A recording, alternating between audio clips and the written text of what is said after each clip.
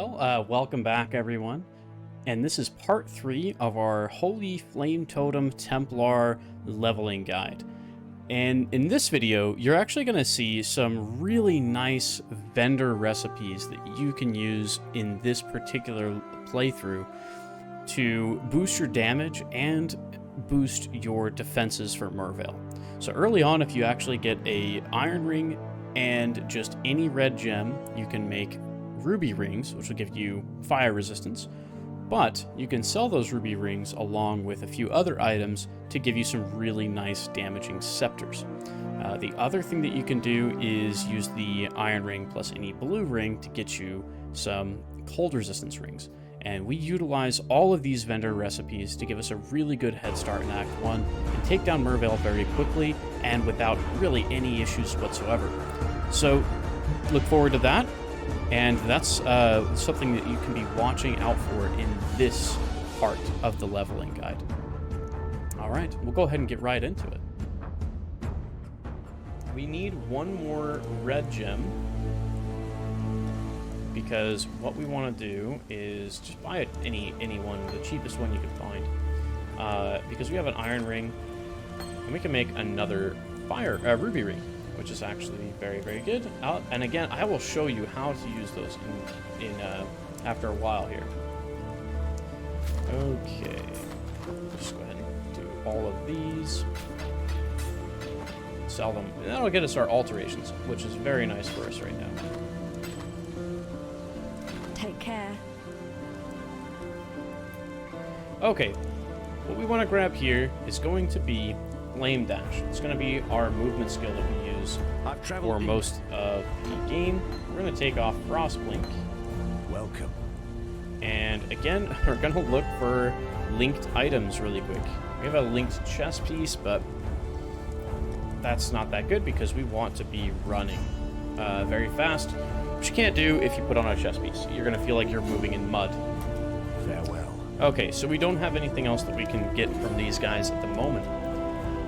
What we're going to do next is go back to the Prisoner's Gate. Now, if you remember, I had us move back out by logging out and logging back in. That's very important. Alright, and then through here, again, just put down our flame totem and our flame wall. And keep moving. We don't have to stay and fight. Except for if they're blue. Then you might want to do that. Okay, we're gonna put our flame dash down here. And now we can really, really move through this.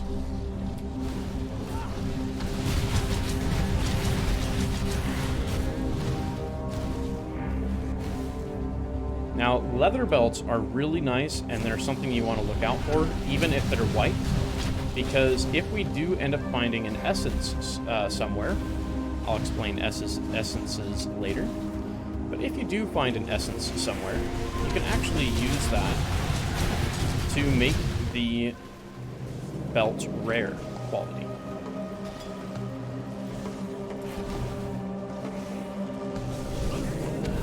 And now what is going on with our build at the moment is as we kill things with the Holy Totem, we're now going to be summoning these little phantasms, which will help us kill things. Twice in a row. That's why for leveling early on, it's a really good skill to put on there. A really good support gem, I should say, to throw on there. This is a mortuary for lost children, hidden from the eyes of their father.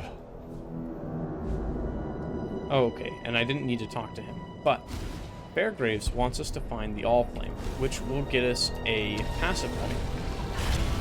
What I like to do in this zone is walk to the next zone and pick up the waypoint in the next zone, then go back and find the All-Flame, then give it to Fairgraves, and you have a waypoint that you can quickly access, which is actually in the next zone of the campaign.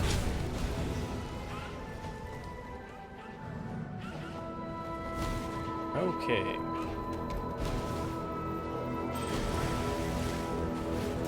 Level our Purifying Flame. Now these are essences. they're very good early on because they give you, or these are monsters trapped in ice, I should say, but they always drop an essence. And so after it's killed, there it is. We have the Whispering Essence of Contempt and an Iron Staff, which we don't care about.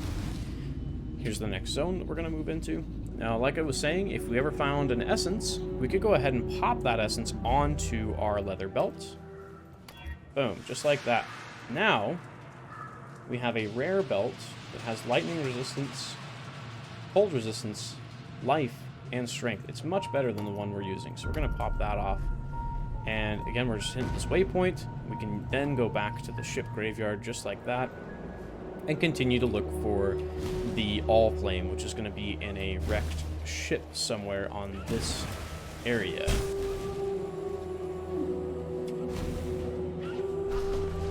And you really can just go ahead and keep throwing these totems up.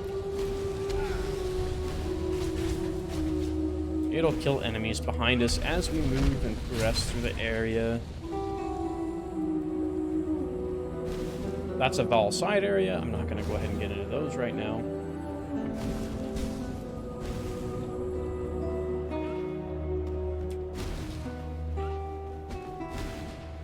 I must have time to gather my will.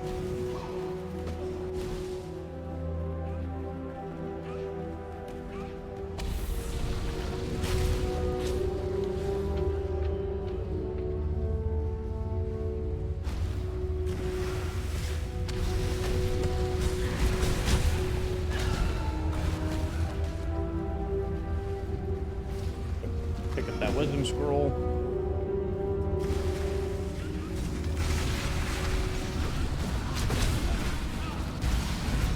Gosh. Sorry.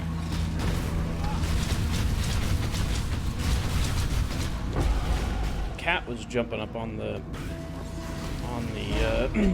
on the desk there. Okay, here it is actually. The section of the game that's going to have the All Flame. So, if we can quickly make it through here, we'll actually get a passive point out of this. And let's go ahead and just put in some more damage nodes too. That's going to help us a lot. And very shortly, I'm going to be showing you how to increase our damage even further.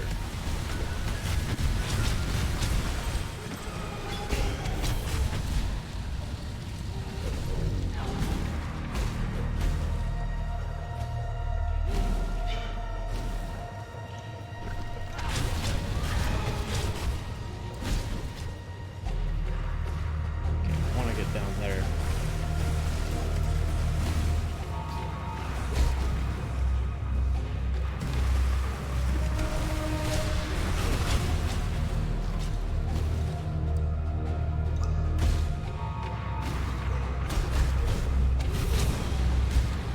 Prove your last victory was not mere chance.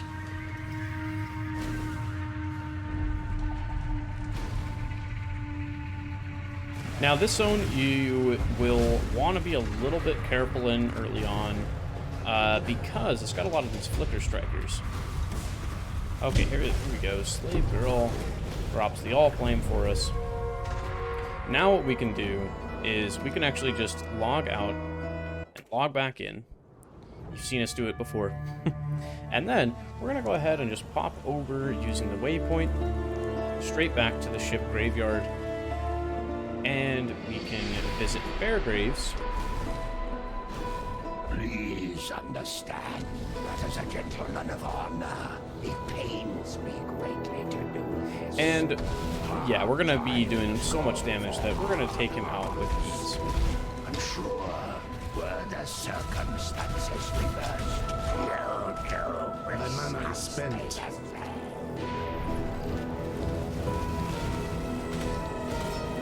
Okay, and Fairgraves is going down super fast. Okay, again, just pick up some items, and we're going to move on. So, we can just go straight back to this waypoint, and then over to Mervel's Caverns, because we've already picked up that waypoint, and now we're moving on. We have our 2 cold resistance rings. We have, I mean, pretty much everything we need to take on Mervel. You will want to make sure that you do get those cold resistance rings before going to Mervale, because with how fast we've been leveling, they're extremely crucial to being able to take down Mervale without too much of a headache. The damage that we're getting from everything, though, it's just turning out to look pretty nice.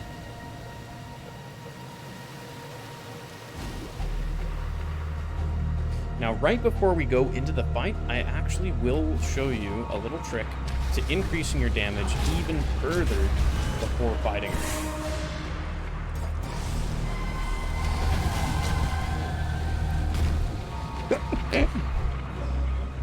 Can you be victorious twice in a row?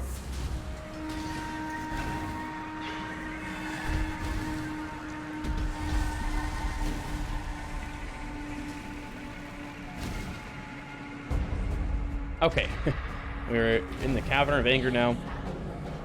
This is a good point where I can go ahead and just switch back over to the town here really quick. This is neither the time nor the place. Well, goodbye. And okay, so what we're gonna do is pick up. We don't actually. This pickup doesn't matter.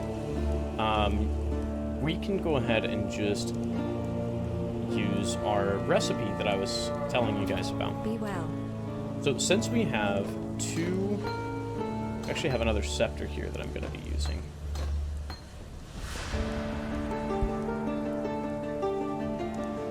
Okay. So we have 2 ruby rings, and we have our scepter, and we have an alteration shard. Yes? So if we go and sell items to a vendor, there's a recipe that we can do where we can just pop in a scepter, or well, it can be a wand too, but we're going to use scepters in this case. A scepter, an alteration shard, and a ring. Farewell. Okay, perhaps we need to make the scepter magic. Yes? There it is. Okay, so it has to be a magic scepter, but if you have a magic scepter, a ring, and then an alteration shard, you can add this fire damage to spells onto your scepter. This is actually going to be extremely useful for us for Mervale. Well, we're just increasing our damage overall, I should say. And we're going to do that again with this one. Now with this one, Goodbye. it's magic quality, so we're going to scour it and pop a transmute. Hello. We got lightning damage to spells on it. We don't care about that, though. There we go. And now we have another fire damage to spells. Farewell. So what you're going to be doing is, as you're playing the game, you'll want to make sure you're keeping an eye out for those Yes. rings, like I was saying, and getting those alterations. The alterations you're going to be picking up from selling identified rare or blue items.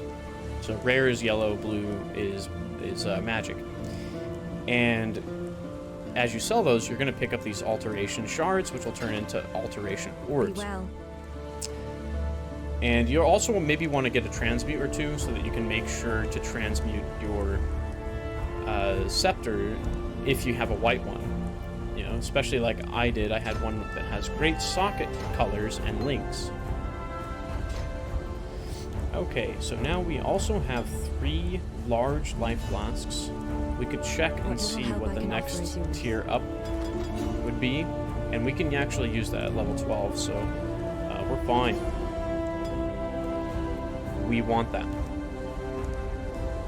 And you want that as well, trust me. Greetings. And don't forget to pick up your Fairgraves reward, which is a passive point. Okay, now we're ready to take on Mervale. Shit. Don't do what I did, though. This is neither the time nor the place. And use the waypoint. Okay, so now we're ready to take on Mervale. And what we're going to do is just keep progressing. It's going to be really fast. Do not get ahead of yourself.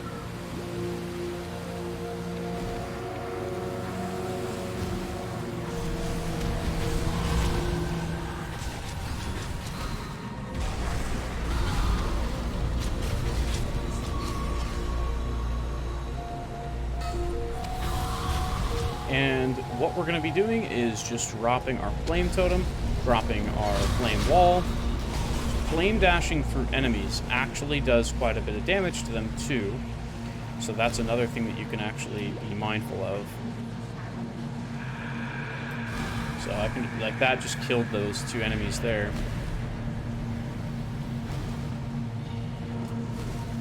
And you want to just keep using your flame dash constantly.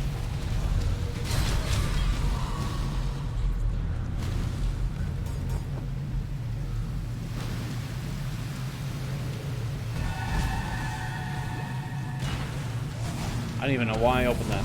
If you open that, it will always have a boss that drops out of it.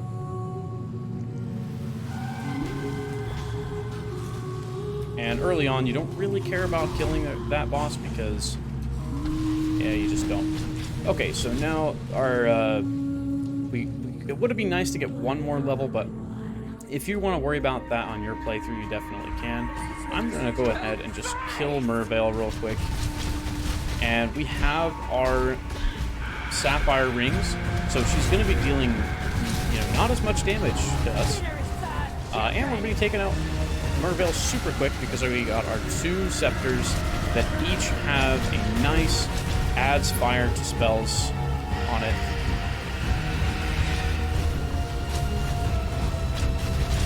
And this is going to finish out Act 1 for us.